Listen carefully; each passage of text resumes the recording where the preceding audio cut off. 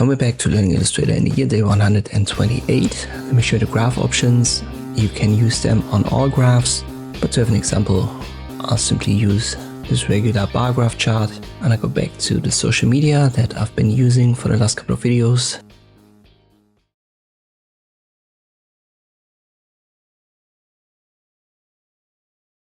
We need a value for each.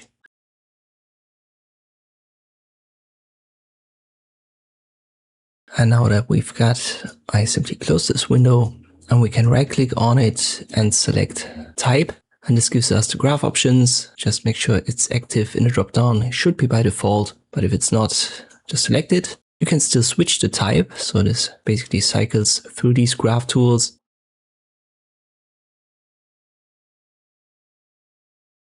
You're going to stick right here to the first one. Then you can set the value axis. Default position is on the left, but you can put it on the right or on both sides. Currently it doesn't have a preview window, which is a little bit annoying. So you have to close it using OK and then right click and use type again to have it visible once more. Column width and cluster width is for the size. You can see that here it's relative value.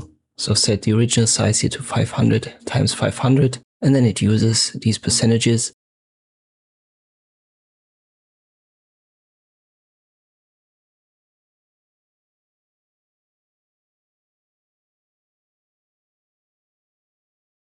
You can add a drop shadow. It's a simple design adjustment.